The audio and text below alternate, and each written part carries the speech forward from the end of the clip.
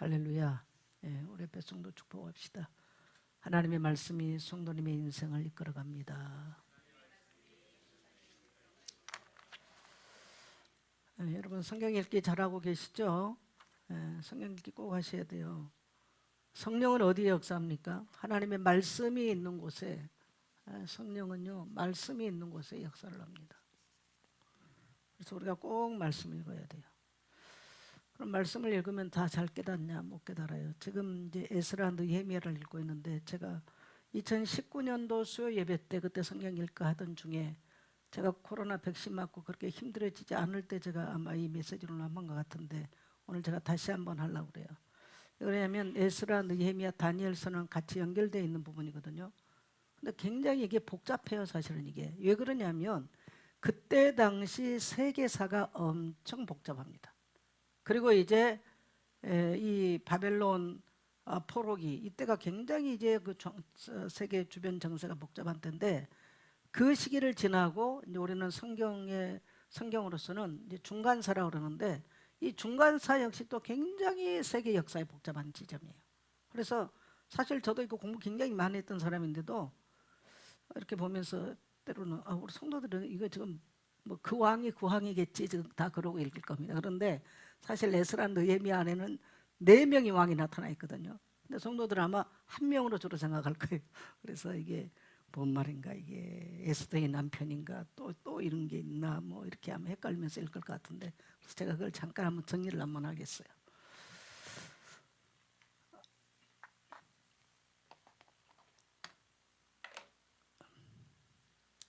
이제 바벨론은 굉장히 짧아요. 바벨론 포로기는. 그래서 다니엘을 중심해서 잠깐 기록되고, 나머지는 뭐냐면 페르시아 제국의, 성경은 바사입니다. 바사. 그래서 페르시아 제국을 중심해서 이제 성경이 지금 펼쳐가고 있는데, 이거에 대해서 좀 말씀을 드리려고 그래요. 자, 페르시아 제국을 누가 세웠습니까? 누가 세웠어요? 바사를 누가 세웠어요? 그러니까 바사를 누가 세웠냐고요. 읽었잖아. 바사왕 누구라고? 고레스라고 그러잖아요. 그러면 그때 당시 고레스, 우리는 이 고레스에 대해서는 정말 아주 중요한 인물이에요. 그러면 고레스가 활동을 했을 그 당시 주변 정세가 어떻게 됐냐는 거예요. 고레스의 아버지는 이 얀산이라고 하는 지역의 왕이었습니다. 그리고 그의 어머니는 우리가 성경에 나오죠. 메데라고 하는 지역의 공주예요. 그래서 이 얀산의 부친과 메데의 어머니 사이에서 난 사람은 누구다? 고레스입니다. 그리고 이 고레스가 이 두 나라를 다, 이제 여기 뭐 재밌는 야사가 있잖아요. 고레스가 왕이 되지 못하도록 지금 제국은 여기가 훨씬 큽니다. 제국이 아니에요. 나라가 여기 훨씬 커요. 아버지가 다스렸던 나라는 조그맣던 나라예요. 여기는 훨씬, 메데는 훨씬 커요. 그래서 성경은 보면 메데라고 하는 바사 메데라는 말이 많이 나와요. 왜? 여기는 성경에 이름이 없어요. 그리고 고레스의 아버지 이름도 성경에는 기록되어 있지 않아요. 왜? 성경은 뭐를 기록한다? 따라합시다. 구속사를 기록한다. 성경은 구속사를 기록하기 때문에 구속사에 필요치 않는 것은 이방 왕들의 이름을 기록할 이유가 없어. 그런데 우리는 이것들을 왜 지금 이해를 하는 게 좋냐면, 어떻게 페르시아 제국이 세워지고 페르시아 제국이 도대체 뭐를 했냐. 오늘날 이란이에요. 오늘날 이란, 페르시아 제국은 이것을. 그래서 이 페르시아가 세워지면서 고레스가 얀산과 메데를 정복을 합니다. 그리고 이때 아주 강대국이 있었죠. 무슨 나라? 바벨론이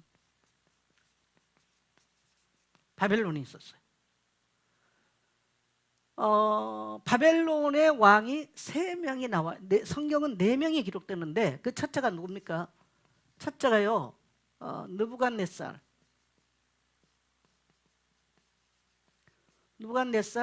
1세입니다. 1세. 자, 이세가 뭐였냐? 이세가요 예루살렘을 정복해요. 그리고 요아긴 왕이나 이런 사람 다 3차. 요아긴 왕이 끌려갈 때는 이미 3차예요. 그래서 다니엘 같은 사람은 1차 때 끌려갑니다. 시간이 많이 걸려요.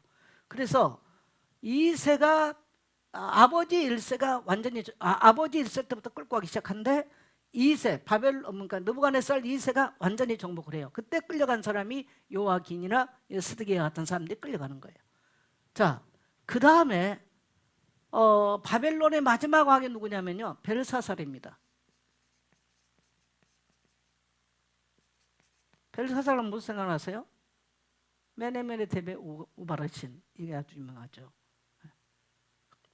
마지막 왕이에요. 그러면서 무너져요. 그런데 다니엘서 11장에 보면 또 한 명이 나와요. 희한하게 다니엘서만 딱 나온 이름입니다. 예? 다니엘 때 나온 이름이 있어요. 무슨 왕이요? 다리오 왕이에요. 근데 그 앞에가 뭐라고 돼 있냐? 메대 사람이라고 그래요. 메대 사람. 메대 사람 누구다? 다리오다. 성경 이렇게 기록해요. 이거 지금 바벨론인데 이 말은 무슨 말이냐면, 자, 이 고레스 왕이 여기까지 다 정복을 했어. 여러분 성경에서 다리오가 나오면 누구 후손이다? 고레스의 후손이라고 보면 돼요. 그런데 이 고레스의 후손이 지금 메대 사람 다리오가 지금 바벨론에서 다니엘은 여기까지 섬깁니다. 그래서 다니엘이 몇 명 왕을 고레스까지 섬기죠. 다니엘은 여기는 안 섬겨요. 세 사람하고 고레스까지 섬기죠. 그래서 다니엘은 4명의 왕을 섬기고 90세가 넘을 때까지 가장 지구상에서 나이 많은 총리를 역임을 합니다. 그래서 이 바벨론에서 바벨론 제국을 페르시아 고레스가 정복을 해요. 그런데 어떤 문제가 있느냐? 지금 얀산이 있고 메대가 있고 또 바벨론이 있고 기록되지 않은 많은 소수 국가들이 있어요. 그 중에 하나가 뭡니까? 유대, 그 다음에 북이스라엘 이렇게처럼 그런 많은 나라가 있어. 이때 이 고레스가 이걸 다 정복 전쟁을 하고 있어요. 그때 어떻게 하느냐? 다리오라고 이름이 나온 것은 고레스와 굉장히 혈연 관계라고 보면 됩니다. 고레스하고 혈연 관계. 그래서 고레스 집안의 어른을 여기에 왕으로, 임시 통치자로 왕으로 세웁니다. 그때가 다니엘이 그 바벨론의 총리가 되어 있을 때, 그래서 다리오 왕이 여기에 왕을 해요. 그래서 다니엘하고는 아주 좋은 관계가 돼요, 사실은. 그래서 다니엘이 사자굴 속에 던져졌을 때 하나님의 종 다니엘아, 네가 항상 섬기는 네 하나님 네를 살리에 능하셨느냐? 자, 누구 편에서 지금 얘기합니까? 다니엘 편과 하나님 편을 얘기를 해요. 그래서 여러분은 성경에 다리오가 나왔을 때는 항상 하나님의 입장에 서 있는 걸 보게 될 거예요. 그러면서 이제 요 시간이, 그리고 다리오 왕의 저기는 시간은 짧습니다. 그리고 그 다음에 성경을 우리가 보면은 역대하 36장 마지막 절을 보면 바사 왕 고레스가 이렇게 하면서 선포를 해요. 그걸 우리 이제 고레스 측령이라고 그러죠. 고레스 권리장정, 고레스의 대인권 선언 이렇게 말해요. 그것이 똑같이 어디 나옵니까? 에스라서에 나와요. 그래서 우리는 역대상하를 누가 기록했다? 에스라가 기록했다. 그렇게 짐작을 할 수가 있는 거죠. 왜? 똑같잖아요, 일장이. 역대하 36장이 똑같고. 그래서 우리는 이 권리장정이 똑같이 기록되어 있어요. 그리고 우리는 이제 세계사에서 고레스 대왕의, 키우스 대왕의 인류 최초의 인권 대선언문이다, 그렇게 말을 해요. 그래서 모든 지구상에요 대왕들은 고레스 권리장정이나 이걸 굉장히 많이 연구합니다. 그만큼 영향력이 있어요. 그리고 모두가 통치자의 아버지로 인정을 해요. 그만큼 고레스에 미친 영향은 지대하다는 거예요. 그래서 이렇게 하면서 이제 완전 페르시아, 성경은 바사입니다. 바사 왕국이, 페르시아 제국이 세워집니다. 그리고 이제 메데나 얀산 주변에 이제 모든 게 다 없어졌어요.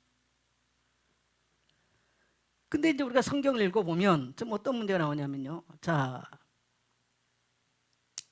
이 고레스 아버지가 자, 고레스 아버지를 우리는 세계사에서 뭐라면 캄비세스 1세라고 그래요. 캄비세스 1세. 따로 캄비세스 1세. 이제 이거는 세계사를 보면 여러분이 이제 알 수 있어요. 이게 뭐 페르시아 어떤 그 저기 캄비세스 이제 1세 그렇게 돼 있어요. 이게 고레스의 아버지예요. 캄비세스. 근데 성경은 없어요. 세계사에서만 나오죠.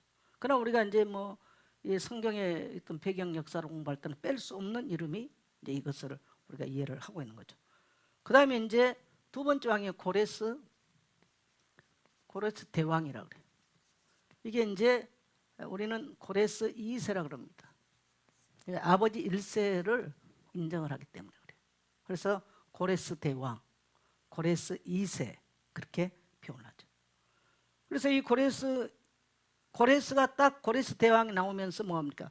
성전 재건을 명령하잖아요.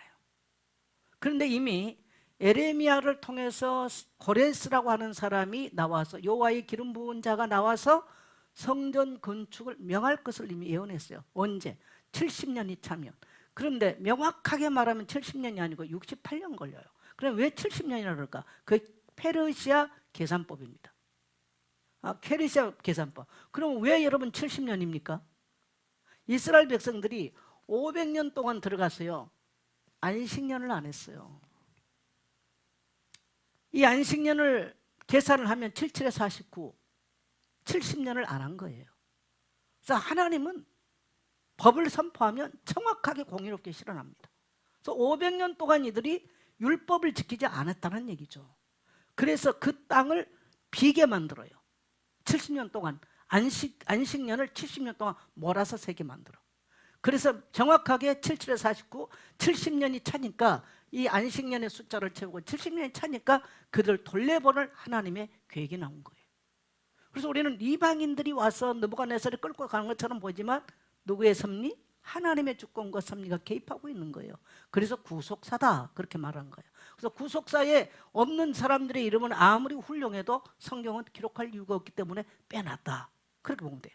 그래서 자 그랬더니 정확하게 고레스가 세계사는 키우스입니다. 키우스. 이 키우스 하는 사람이 뭐 키우스에 대한 이야기가 재밌는 이야기 많잖아요. 뭐 들에 나가서 뭡니까 뭐 짐승의 뭐 사자입니까? 뭐 무슨 늑대의 젖을 먹고 그거 뭐 재밌는 이야기 많아요.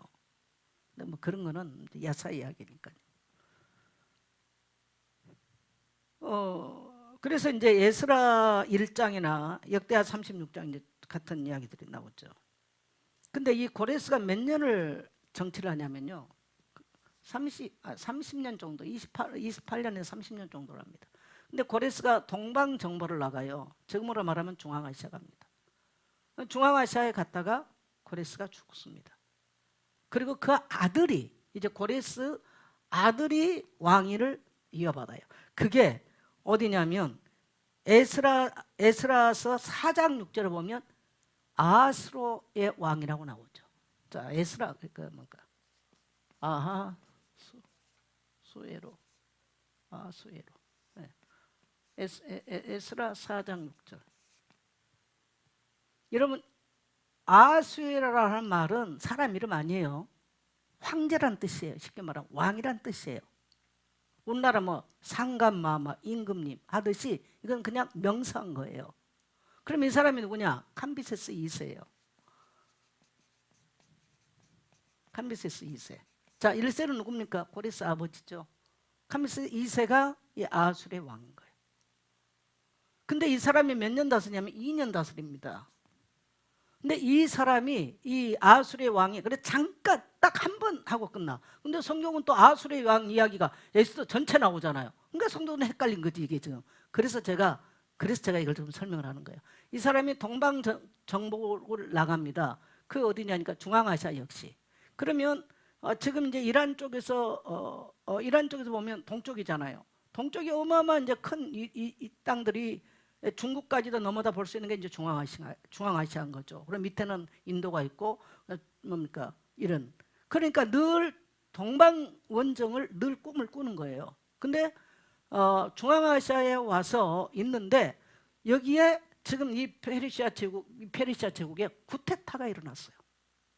그러니까 이 왕이 지금 이제 왕이 돼서 주변에 많은 소수 이런 나라들을 정복을 해놨기 때문에 복잡한 이 정치 상황이 복잡해요. 혼란스러워요. 근데 쿠데타가 일어났어요. 누가 쿠데타를 일으켰냐? 가우마타라고 하는 사람이, 이 사람은 이 사람도 역시 중앙아시아 소수민족으로 봅니다. 근데 그때 당시 사제였어요.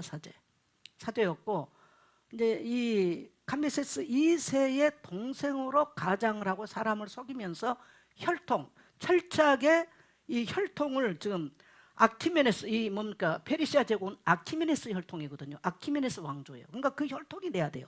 그러니까 이 가짜가 속여요. 자기가 그 혈통이라고, 동생이라고. 그래서 쿠데타를 일으켜 가지고 왕권을 잡은 사람이 누구냐면 아닥사스예요. 아닥사스다. 이게 에스라 4장 7절에 나오죠. 따라합시다. 가짜 왕. 따라하세요. 가짜 왕. 근데 아닥사스다가 또 나와. 길게 나와. 이거 또 헷갈리는 얘기야. 여러분, 아수리아하고 아닥사스는 명사지 사람 이름이 아닙니다. 이게 누구냐면요. 이 가짜 왕 이름이 우마타라고 하는 사람이에요. 우마타. 중앙아시아 사람이에요. 근데 이 아수르가 중앙아시아에서 죽임을 당합니다. 뭡니까? 쿠데타가 일어났다는 말을 듣고 충격을 받고 돌아오다가 죽어버려요. 그래가지고 이 아닥사스다가 정권을 잡고, 정권을 잡자마자 뭐가 들어갑니까? 성전 뭐래요? 공사 중단을 시키잖아요. 이게 아닥사스다가 한 일이에요. 에스라서 읽어보니까 몇 명이 막 조서를 올리고 그래가지고 성경 공사가 중단되잖아요. 이게 아닥사스 가짜 왕이에요. 이해되셨어요? 내가 최대한 쉽게 근데 이게 굉장히 복잡한 동네입니다. 이게 엄청나게 이 동네가. 네. 그래가지고 이 소식을 듣고 자, 두 번째 다리오가 나와요. 다리오가 에스라 6장 4절을 보면 6장 4절을 보면 두 번째 다리오가 나옵니다. 다리오 왕이 나와요. 자, 여기는 아까 여기 있었던 한 사람, 여기 다리오가 나왔죠. 이 사람은 페르시아의 정통 왕이 아니고 어른 대접을 해줬던 사람, 고레스의 집안 어른이었어요. 그게 다리오였어요. 근데 여기에서 다리오는 이제 정통이 이제 뭡니까 이 가짜 왕을 몰아내죠. 이 사람은 누구냐면요, 고레스의 외삼촌이에요. 그러니까 혈연이 같은 거죠. 아키메네스 왕조의 혈연이 같은 거예요. 그래서 이제 이 고레스의 외삼촌이 이제 가짜 왕을 처단을 하고 바로 뭐하니까 다리오가 성전 재건을 선포합니다. 그게 다리오가 지금 하고 있어요. 이게 다리오 왕이에요. 그러면서 이제 이게 이제 다리오 1세죠. 그 다음에 또 이제 아수르의 왕이 또 나와요. 이게 누구면 어디 나옵니까? 에스더스에 나오죠. 에스더의 남편이에요. 예? 에스더서에 나온 에스더 남편. 아까는 카미세스 1사라고 그랬잖아요. 이 사람은 에스더의 남편이죠. 이것은 이제 세계사에 보면 크세르크세스 이름이 참 길죠. 크세르크세스라고 그래요. 크세르크세스. 세계사에서는 아수라는 말 없습니다. 여러분 이제 세계사를 찾아오면은 성경에 있는 이름들이 거의 없어요. 그러니까 이제 이게 우리 번역의 문제가 많이 있기도 하고요. 크세르크세스예요. 그래서 이제 크세르크세스 1세죠. 이게 뭡니까 에스더의 남편입니다. 이 사람이. 그래서 여러분 성경에 아수르의 왕이다 나올 때는 그냥 노마 가이사 이렇게 말한 것처럼, 또 이집트에 누굽니까? 바로 왕. 바로도 뭐 투탕카멘 뭐 있고 뭐 바로 왕들의 이름이 있어요. 투탕카멘 뭐 메세 뭐 이런 있듯이 지금 아수르라고 하는 말은 그냥 왕을 지칭한 이름이에요. 우리는 주상 그렇게도 하고요. 또 임금님 그렇게도 하고 상감, 또 황제 이렇게 부르잖아요. 이게 이제 아수레라는 말이 그 말이고 아닥사스도 역시 명사예요. 이게 아닥사스도. 그래서 이 에스더 남편이죠. 에스더 남편. 그래서 이제 이게 뭡니까 다리오 왕의 아들이에요. 다리오 왕의 아들이고 여기 지금 다리오가 지금 정권 잡았잖아요. 다리오 왕의 아들이죠. 자, 그 다음에 또 보면은 누가 나오냐면 성경에 에스라 느헤미야를 또 보내는데 아니 아닥사스다 왕이 성전을 그만해라. 근데 또 보니까 아닥사스가 나가지고 또 가라 그래. 그러면 거의가 이걸 동일 인물로 볼 거예요. 동일 인물이 아니에요. 아까 아닥사스다는 누구라고 그랬어요? 중앙아시아 유목민 가짜 임금이라고 그랬죠. 근데 두 번째 나온 아닥사스다는 에스라 7장에 나오고요. 느헤미야 1장에 나오는 사람은 누구냐면요. 여기 이제 아닥사스다.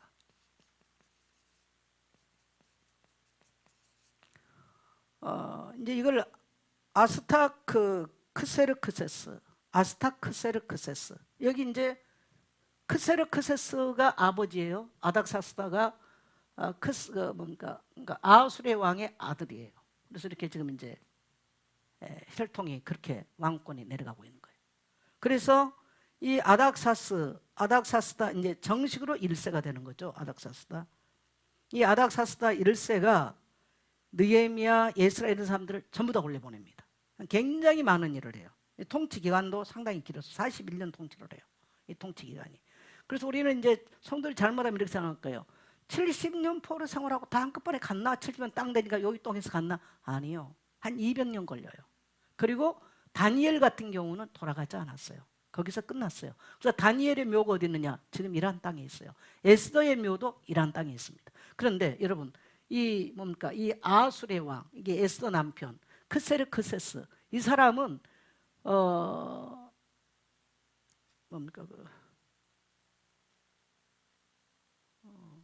이제 페르시아를 무너뜨린 황제가 누구죠? 알렉산더.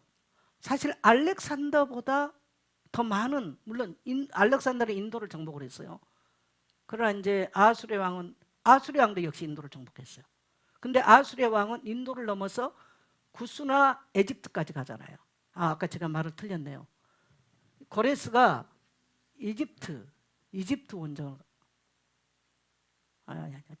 고레스의 아들, 여기 아수르 왕이 이집트를 정복하다 죽었어요. 이집트에 갔다가. 그러니까 이 아수르 왕은 다리오 왕의 아들인데, 이 사람은 저 이집트, 그 다음에 구스, 그 다음에 인도까지 120방이라고 나오잖아요, 성경에. 그 에스더의 이야기를 펼칠 때 모든 저기에 하만의 끼가 뭡니까? 그 120방 안에 있는 모든 유다인은 죽여라, 이게 나와요. 그만큼 제국이 넓었어요.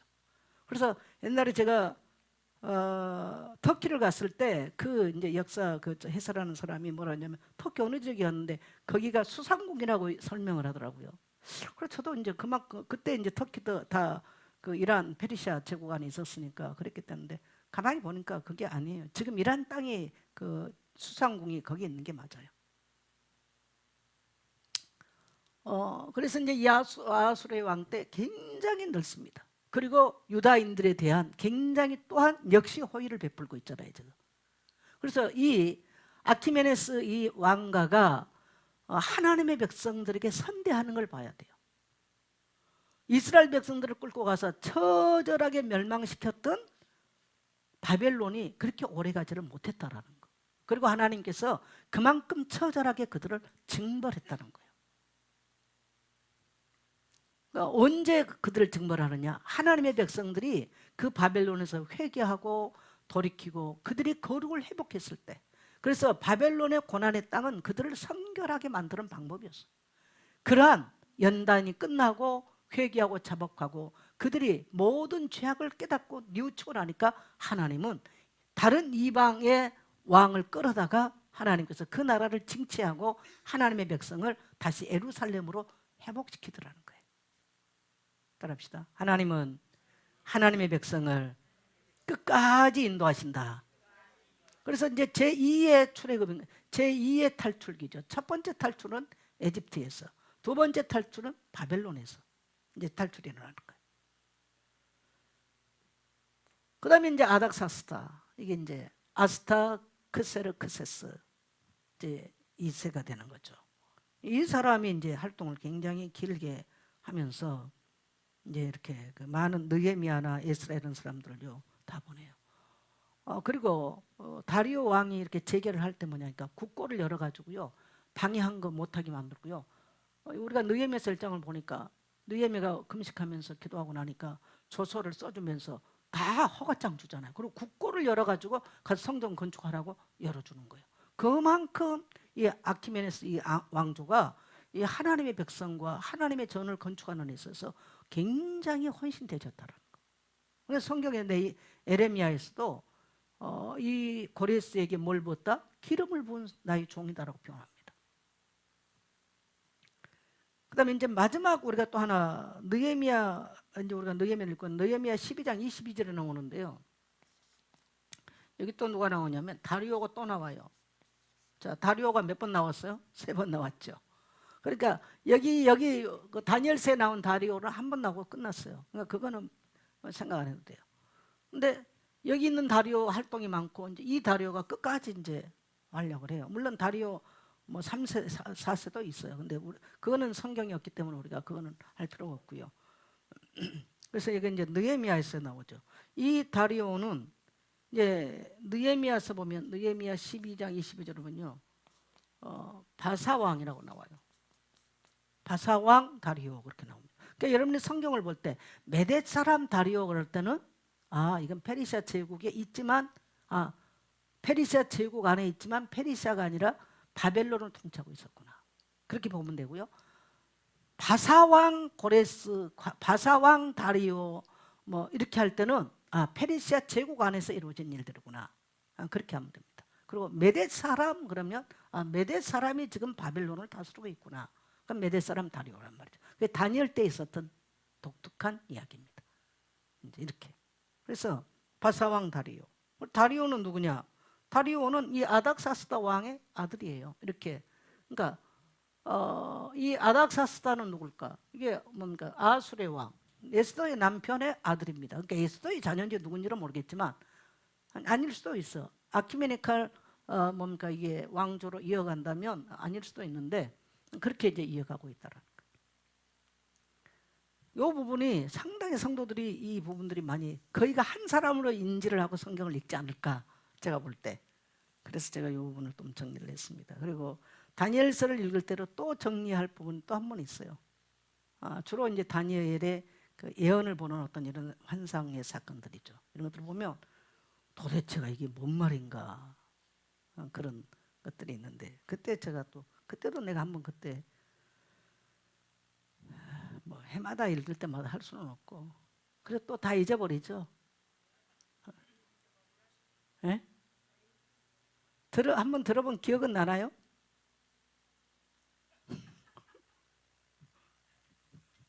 그때 전성훈 목사 있을 때인데 자기는 평생 처음 들어왔다 그러더라.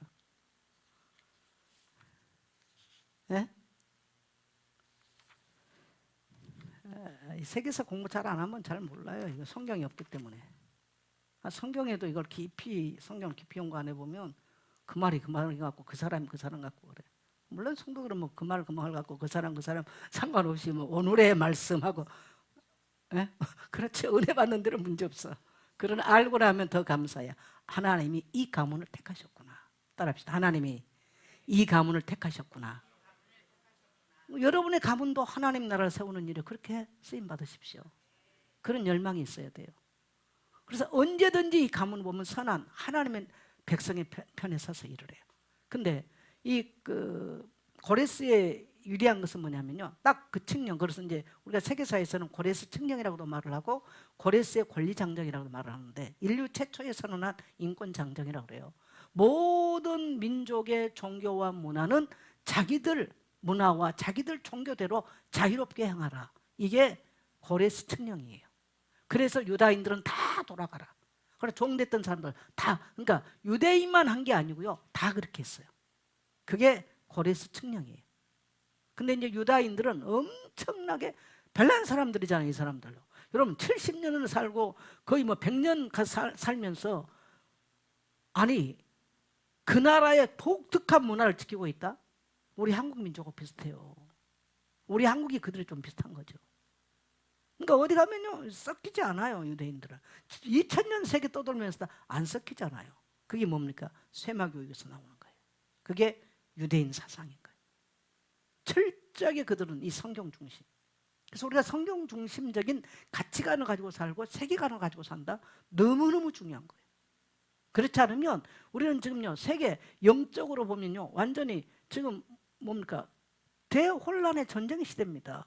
이 전쟁이 문제가 아니고요 영적인 대혼란이. 그러니까 지금 뭐 교회를 다닌다, 나는 그것보다 중요한 것은 어떤 가치관을 갖고 있느냐, 어떤 세계관, 어떤 역사관을 갖고 있느냐, 굉장히 중요합니다. 다 무너지는 거예요 앞으로. 근데 참 희한하죠. 그렇게 해서 세운 이란하고 원래 이스라엘 굉장히 좋은 사이였어요.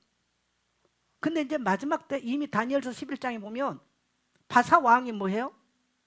전쟁을 뭡니까 이렇게 하나님의 응답을 가로막는 역할을 해요. 그 영적인 일에 또 쓰임 받아요. 가로막는 일들.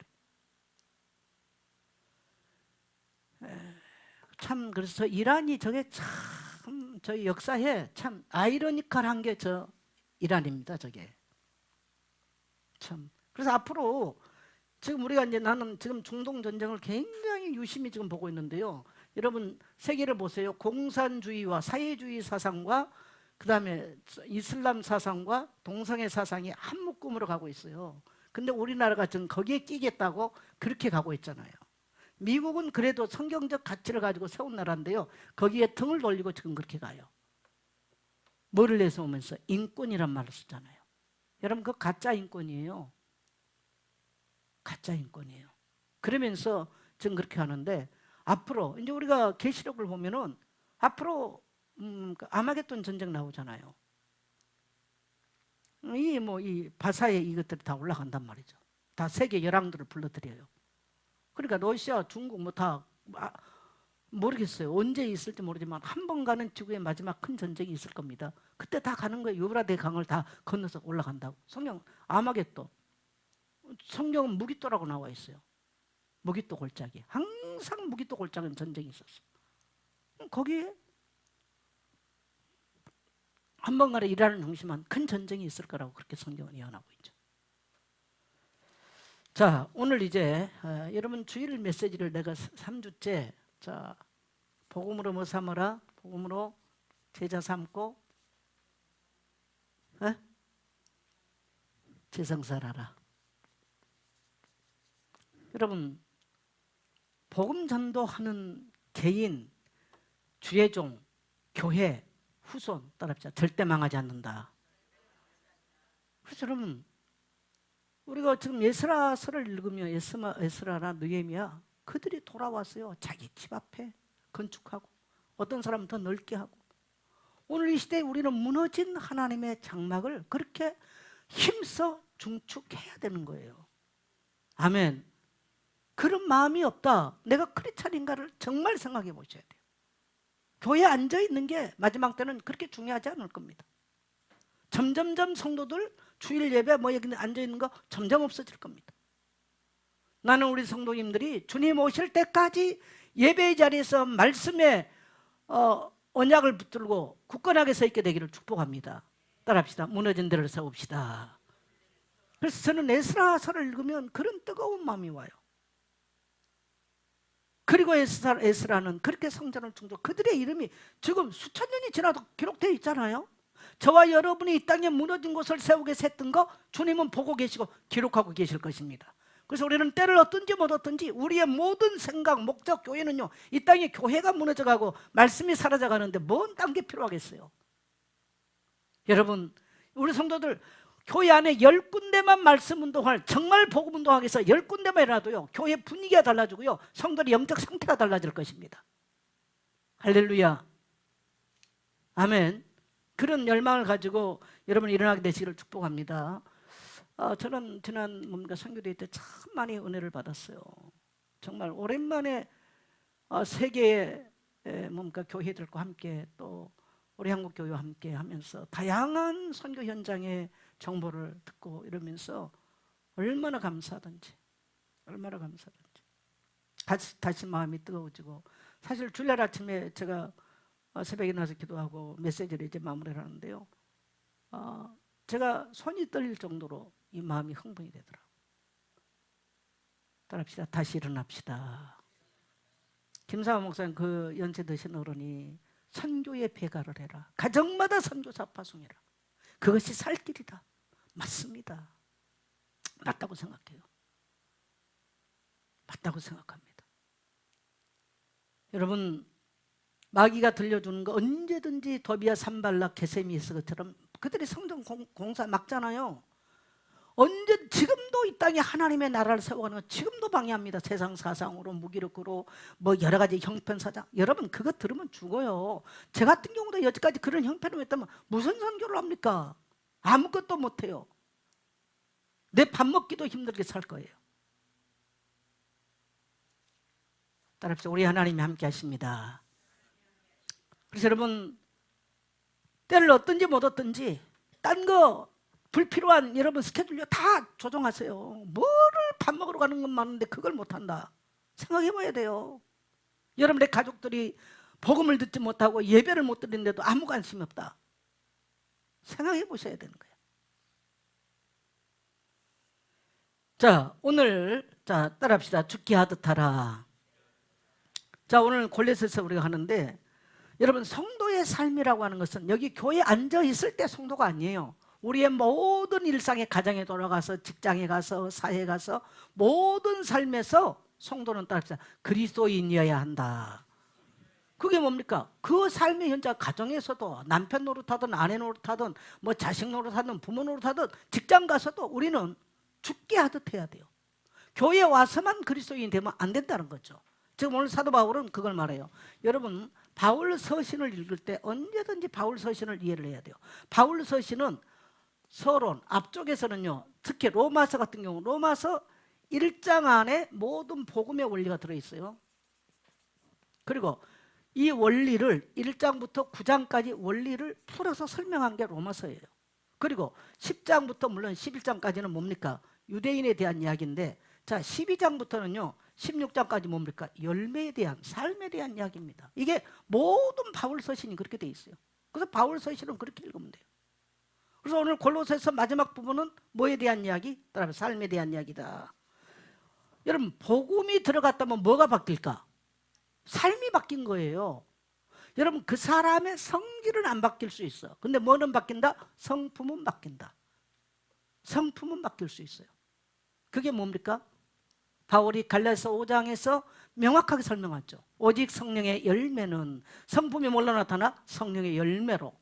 그래서 이것 역시 같은 지금 얘기를 하고 있는 거죠. 그래서 바울의 서신들의 원리가 똑같습니다. 언제든지 바울 서신의 앞에 부분에서는 복음의 원리, 진리에 대한 설명이에요. 후반부에서는 구절이 성경이 짧든 길든 간에 후반부에서는 언제든지 삶을 통해서 복음을 증명하라, 이 말입니다. 따라합시다. 삶을 통해서 복음을 증명하라. 여러분, 말은 성경을 떠오르는데 삶이 아니다. 그건 틀린 겁니다. 다른 종교에서도요 성경 읽어요. 제가 크리스찬이지만, 내가 우리 목사지만 불교 우리 집 가면 몇 권이 있습니다. 그렇다고 제가 불교 교리를 믿습니까? 아니잖아요. 그러나 기본적으로는 저도 알고 있죠. 그리고 또 저는 법정 스님을 굉장히 존경해요. 좋아해요, 한 인간으로서. 그래서 법정 스님의 책들을 거의 다 읽었어요, 제가. 나는 목사지만 그렇게 살지 못해요. 부끄러워요. 그래서 삶은, 나는 그분의 삶을 많이 담고 싶었었어요. 한 인간으로서, 또 한 구도자로서. 삶은 그분이 내보다 훨씬 훌륭하게 살았어요. 그러니까 미치는 영향이 많았죠. 제가 작년에 오현정 기자가 목사님 밥 먹으러 갑시다 그래가지고 경복궁 있는데 갔어요. 갔다가 삼천각 있는데 길상사 한번 갔어. 가끔은 참 법정 스님이 그립습니다. 목사가 스님 그립다면 이상하죠, 여러분. 근데요, 그건 이상하게 생각하지 마세요. 저는 우리 목사들도 스님들이 참 그분의 삶이 그립다라고 하는 이런 삶이었으면 참 좋겠어요. 근데 목사들의 인생과 삶은 그렇게 영향을 못 준 것 같아서 참 부끄러운 이야기인데, 물론 훌륭한 목사님들 많습니다. 우리 목사들 중에 진짜 손양원 목사님이나 뭐 주기철 목사님, 또 한경리 목사님 같은 분도 정말 훌륭하게 삶을 살아내신 분들이죠. 근데 오늘날 우리가 너무나 제대로 못 살아서 부끄럽죠. 그러나 사도 바울은 복음이니까 괜찮냐? 아니에요. 언제든지 복음은 자유함을 줍니다마는 그 자유함은 따라서 주를 위해서 쓰는 거지 내 삶의 방탕함을 위해서 쓰는 게 아니라는 거죠. 바울은 그걸 말하는 거예요. 자, 그러면 자 18절 갑니다. 시작. 네, 18절은 아내들아. 자, 19절은 시작. 남편들아, 아내를 사랑하라. 자, 그 다음에 20절. 자녀들아, 부모에게 뭐하라? 자녀들은 부모에게 순종하고, 남편들은 아내를 사랑하고, 아내들은 남편에게 복종하고, 그 다음에 21절 시작. 아비들아, 너희 자녀를 노엽게 하지 마라. 다시 말하면 자 18절부터 20절까지 무슨 얘기입니까? 가정생활에 대한 이야기를 하고 있는 거죠. 그래서 자 아내들은 남편에게 뭐하라? 복종하라. 이거 어떻게 잘못 들으면요, 우리나라는 봉건주의 사상을 살았기 때문에 그런 게 아닌가. 여러분, 그 말이 아니에요. 가정 안에는 반드시 이 거룩한 뭐가 필요해요? 질서가 필요합니다. 오늘날 이 가정 안에 거룩한 질서가 깨지기 때문에 가정이 깨지는 거예요. 따라합시다. 가정 안에 거룩한 질서가 필요하다. 가정 안에 거룩한 질서가 반드시 필요한 거죠. 억압이나 열등함 때문에가 아닌 거예요. 그래서 주 안에서 하라는 거예요. 주 안에서. 그래서 가정 안에 남편이 예를 들어 힘을 가지고 여자를 복종시킨다. 그 가정은 이미요 깨진 가정입니다. 그걸 말하는 게 아니에요.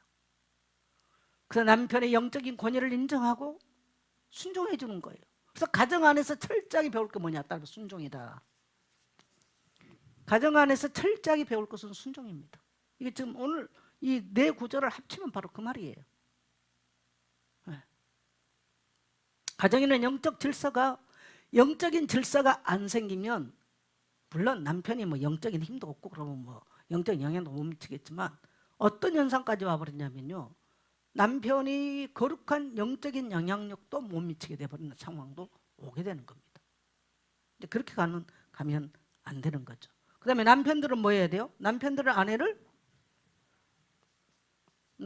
아내를요 사랑해야 돼요. 사랑. 근데 어떻게 사랑해야 돼요? 주님이 십자가에서 죽으심과 같이 에베소 5장 25절을 말씀한 것처럼 십자가에서 희생한 것 같이 남편은 가정을 위해서 희생하면서 가족 구성원을 사랑해야 된다는 거예요. 우리 남자분들은 말합시다. 주님께서 교회를 사랑한 것 같이 사랑하겠습니다. 우리 아내들만 따라해보세요. 거룩한 영적 질서를 위해서 복종하겠습니다. 그래야 되는 거예요. 아내들은 참, 여러분요, 나는 그 대표적인 예가 사라라고 봐요. 남편이 2번을 팔았어. 여러분 남편 한 번도 안 팔았잖아. 2번 팔았어요. 그런데도 뭐라 그래? 창세기 20장에서 내 주여 그래. 하여튼 그 남자의 그 여자야. 부창부수죠.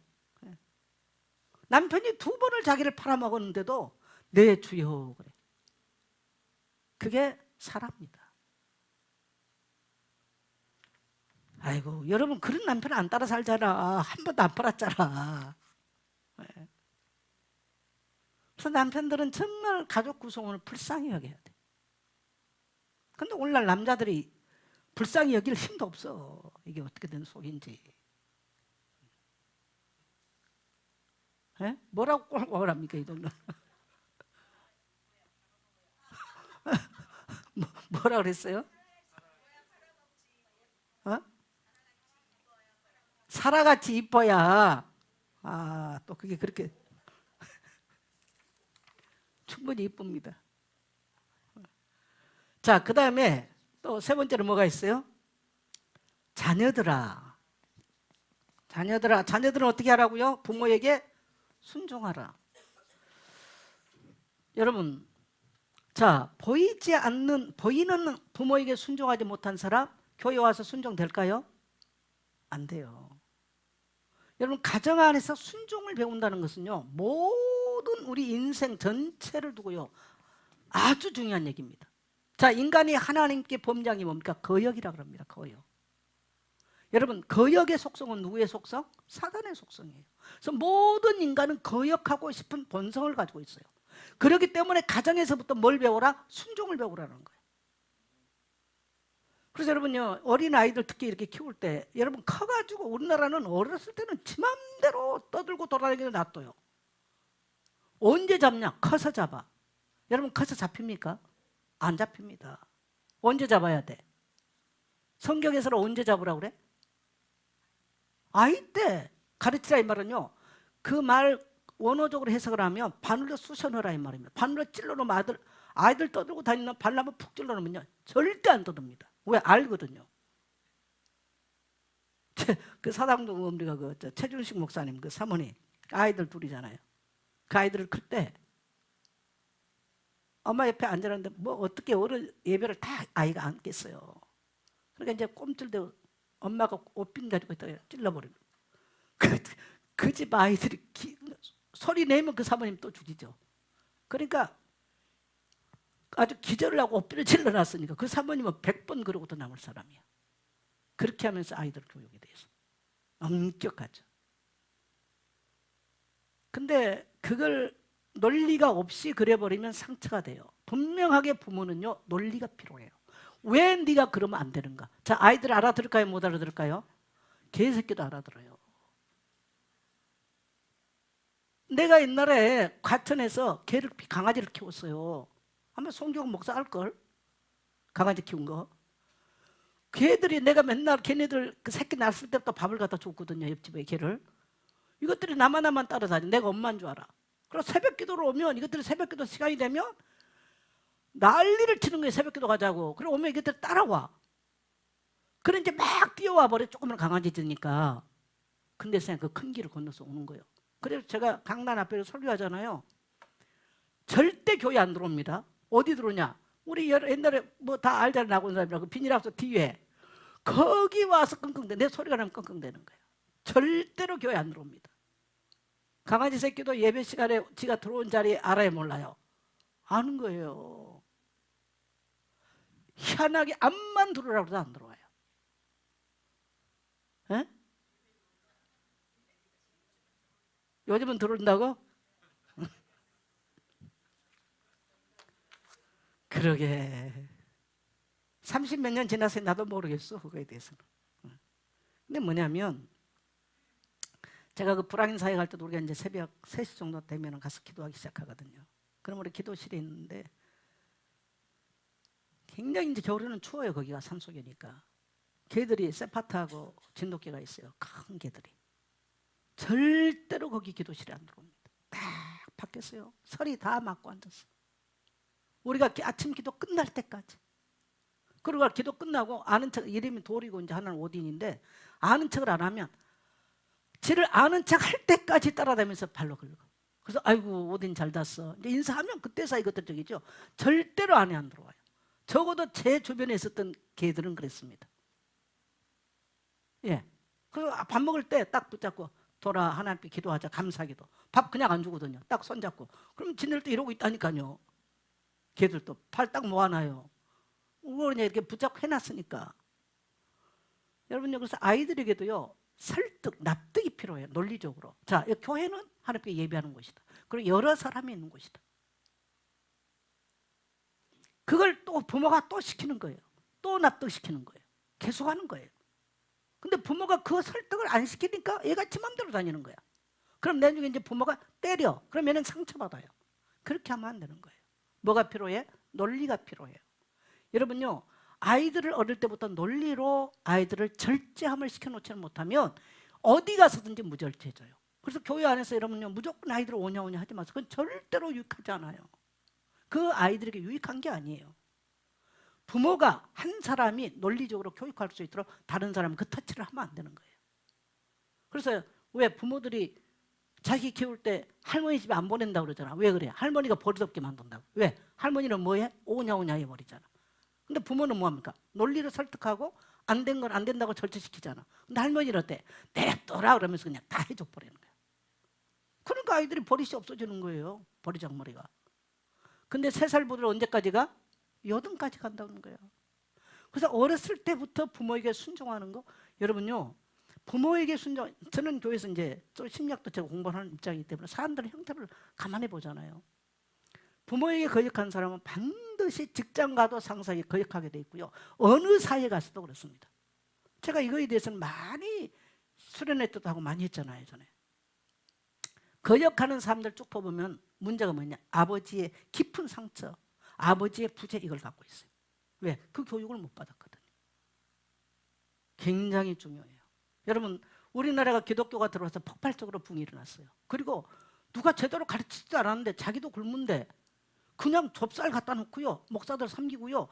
뭡니까? 호박 열면 호박 갖다 섬기고요. 그거 어디서 배웠을까요? 그게 유교 사상이에요. 그게 성리학에서 나오는 거예요. 유교의 첫 번째가 뭐라? 부모에게 효도하는 겁니다. 그것이 다져졌기 때문에, 그게 우리 민족성이 있었기 때문에 기독교가 들어오니까 어떻게 해요? 부모에게 효도했던 거 눈에 보이지 않지만 하나님 그냥 섬기고 주의 종을 그렇게 부모 대하듯이 해버렸어. 이게 우리 한국 교입니다. 근데 지금 어떻습니까? 지금 그렇게 안 합니다. 점점점 이제 무너질 겁니다. 저는 그래서 유교가 기독교에 미친 영향은 기독교가 들어오기야 초석이었다고 저는 봅니다. 역사적으로. 굉장히 중요해요. 세계 역사 어디서도 우리 한국의 기독교 같은 이런 일들이 없어요. 나는 그것은 유교가 옳았다가 아니라 유교에서 인성을 다뤄놨기 때문에 가능한 거예요. 여러분 동의되세요? 네. 굉장히 중요한 얘기입니다. 그래서 성경도 뭐라 그래요? 부모에게 뭐 해라? 순종해라.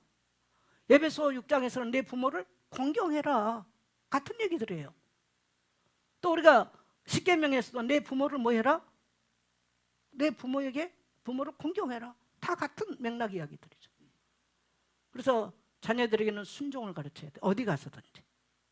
거역은 모든 사람에게 미움을 받아요.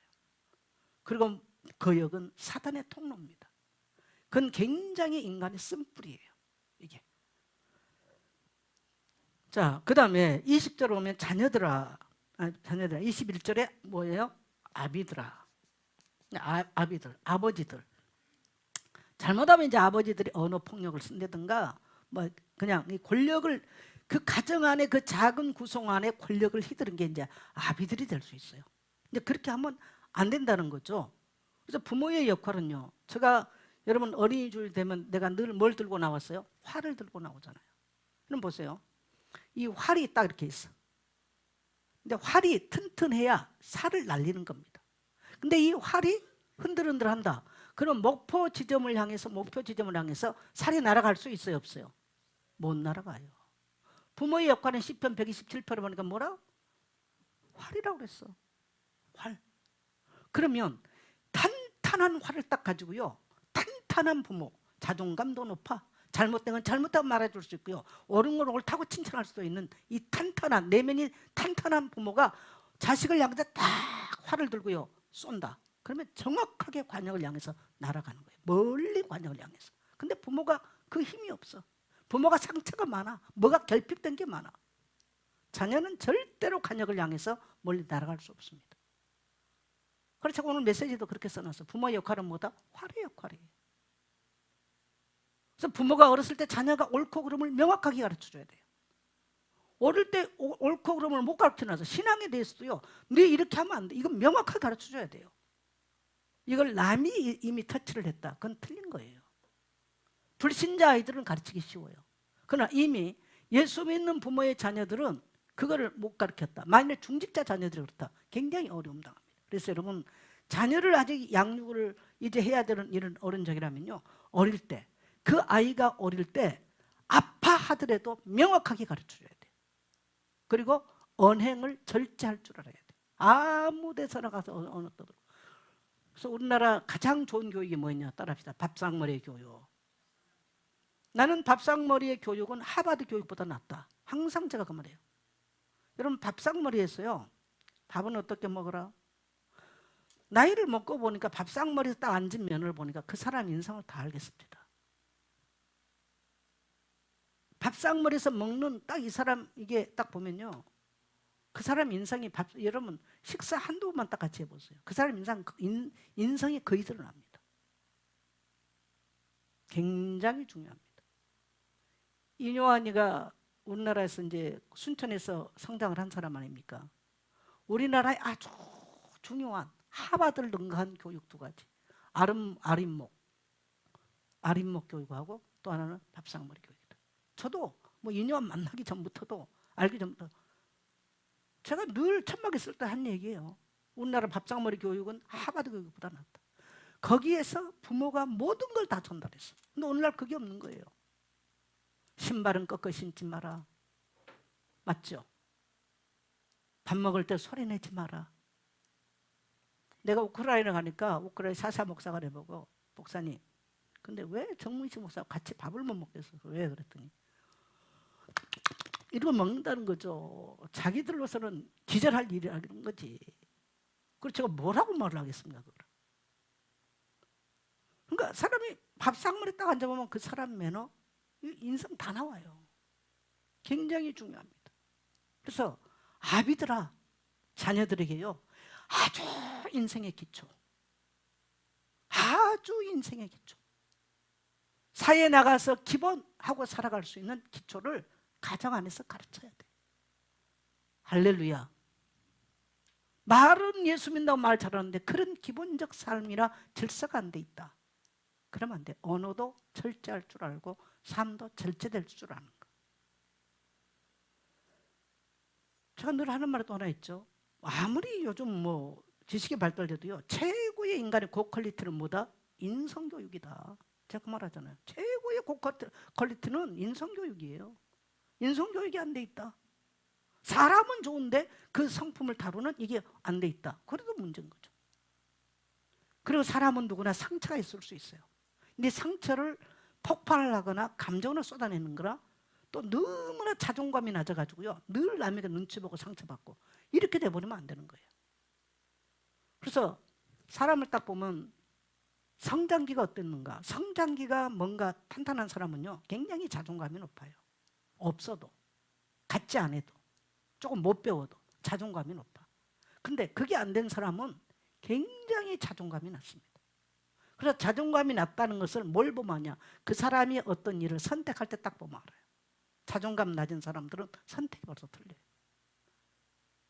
배우자를 선택한다든가 어떤 진로를 선택한다든가 이걸 쭉 보면 자존감 낮은 게 다 나타나죠. 그래서 여러분요 신앙교육은요 교회가 아니에요. 따라합시다. 가정이다. 따라합시다. 아내들아 순종하라. 아비들아 사랑하라. 자녀들아 순종하라. 아비들아 노엽게 하지 마라. 그래서 여러분 자녀가 절망해가지고 낙심해가지고 그렇게 되면 안 됩니다. 그래서 우리는 하나님의 진리의 말씀으로 훈육하고 또 뭡니까 교육하고 해서요 이들의 영혼을 살리는 게 목적이에요. 그래서 어릴 때부터 높은 자존감으로 탄탄하게 하나님 앞에서 살아갈 수 있도록 만들어줘야 돼요. 우리 성도님들의 가정이 그랬으면 좋겠습니다. 늘 상처받아가지고 쓴뿌리가 그냥 드러나고 열등감이 생기고 누구 눈치나 보고 그렇게 살면 안 되지 않겠어요? 할렐루야. 자, 그 다음에 자 22절 갑니다. 시작. 이제 종들아 시작. 모든 일에 육신의 상전들에게 순종하되 사람을 기쁘게 하는 자처럼 눈가림만 하지 말고 오직 주를 두려워하여 성실한 마음으로 하라. 종들아 이거 오늘날에 이제 사회생활을 얘기한 겁니다. 저는 우리 성도들에게 말하고 싶어요. 여러분요 직장 가서 힘들 겁니다. 직장 생활이 참 힘들 거라고 생각해요.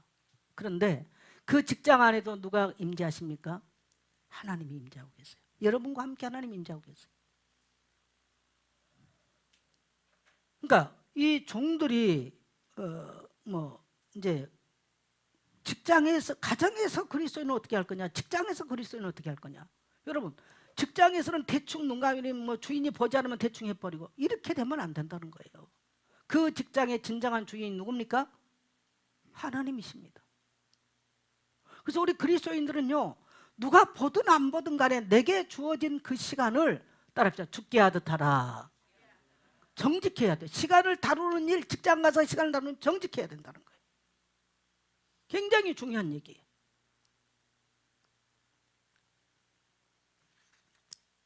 우리의 진짜 주인은 하나님이기 때문에 우리의 일터에서도 지금 우리나라 지금 노란봉투법이 통과가 돼가지고 삼성이 역사 이래 처음으로 지금 파업에 돌입했어. 15%를 내놓으라 그러더만요. 보니까 나는 참 기가 찰 이야기인데 이게 지금 노조가 악해질 수 있다, 약해질 수 있다고 써놓은 겁니까? 뭡니까? 노조 약해지길 나는 바라는 사람이 지금 염려하는 글 아닙니다. 이거. 예. 노조가 너무너무 심해요. 여러분, 노조가 이러면요 국가 기업 망합니다. 정말 우리가 기도해야 돼요. 아니 연봉 2억씩 주면 됐지 얼마나 더 줘야 됩니까? 난 뉴스를 못 보겠어. 무서워서. 정말 따라합시다. 일터에서도 죽게 하듯 하자. 여러분, 우리 대한민국 국민이 그렇게 좋은 기업이 있어 일할 수 있다는 거 얼마나 감사합니까? 우리 나숙기 원사님 병원에 가서 아침에 기도할 때 하나님 감사하다고 기도하시죠? 제가 지난 화요일날 어떤 성도님 만났나 그랬어요. 아침마다 출근해서 자기 이제 여러 가지 굉장히 어려운, 자기 하나도 못 받는다는 거죠. 그래서 그래도 아침이면 눈 떠서 나와서 일할 수 있는 직장 있는 거, 일터 있는 거 얼마나 감사하냐. 그래서 제가 그랬죠. 모든 걸 감사로 바꾸라. 그랬더니 목사님 그렇게 하겠습니다. 여러분, 우리가 감사하기 시작하면요 월급이 문제가 아니에요. 우리 나군사님 지금 60이 넘었는데 수가를 사지요? 지금 아닙니까? 내 언제 수가를 사라 그러시더만. 네. 그 연세, 그 나이까지 여러분 병원에 가서 뭐 힘들죠. 일 자체야. 근데 집에 가만히 아무것도 안 하면 또 행복할까요? 안 행복해요. 어차피 인생은 안 행복하고 뭐 그러는데 일할 수 있는 거. 여러분, 남편이 이상해도요 이상한 남편 섬길 수 있는 가정이 있다는 거 따라합시다. 감사합시다. 감사해야 돼요. 자, 그 다음에 뭐야? 23절. 예. 자, 23절 같이 한번 시작. 무슨 일을 하든지 마음을 다하여 죽게 하듯 하고 사람에게 하듯 하지 말라. 네, 여러분 죽게 하듯 해라. 그래서 그 모든 것이 예배입니다. 여러분요, 힘든 거 다 알아요. 다 알아요. 나는 카네기, 그 철광왕 카네기, 그 사람 원래 경비원이었잖아요. 청소하는 사람.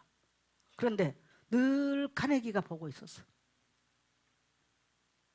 자기가 마지막 바톤 터치를 할 때 누구를 갖다 사장시킬까? 얼마나 그 회사에, 카네기 회사에 엘리트가 많았겠어요. 경비하면서 청소하는 그 사람을 아침 저녁 출퇴근하면서 눈에 본 거예요.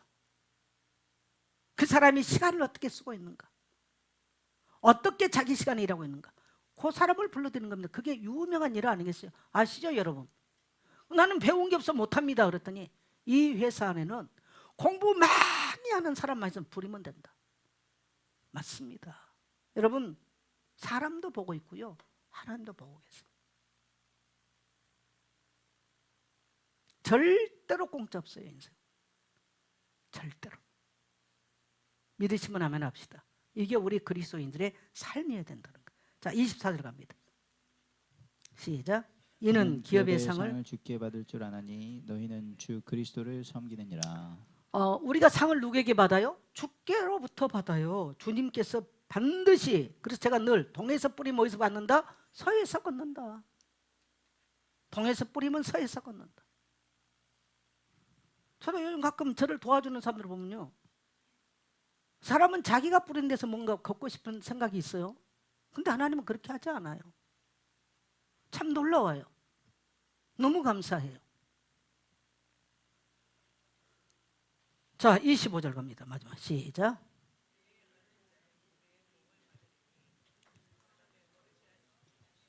여러분, 우리 하나님은 공의로우신 분입니다.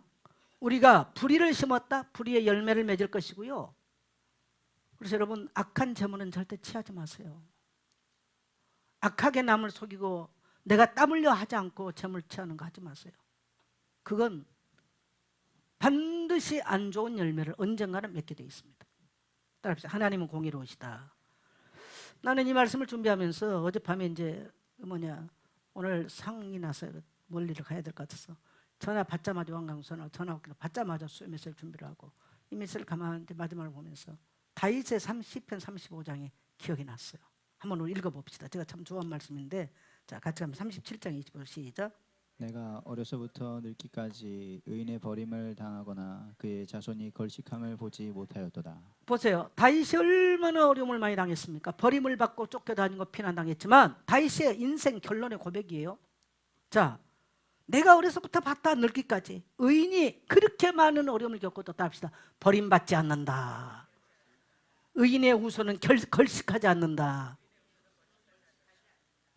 여러분 이 원리 그럼 일하지 않아도 되냐 그 말이 아닙니다. 하나님이 좋은 일터도 주시겠죠. 또 설령 일터가 없어 어려움 당한다 할지라도 하나님은 다른 방법으로 공급하시겠죠. 이 원리를 믿으셔야 돼요. 이 원리를. 그래서 저는 이 말씀을 늘 생각할 때마다 그렇지 절대로 버림받지 않는다. 그리고 우리가 주 앞에 살아왔던 거 하나님이 보상하신다. 우리가 동에서 심었으면 서에서 걷게 만든다. 여러분 섭섭하게 생각하지 마세요. 때가 되면 우리가 생각할 수 없는 방법으로 하나님 보상하십니다.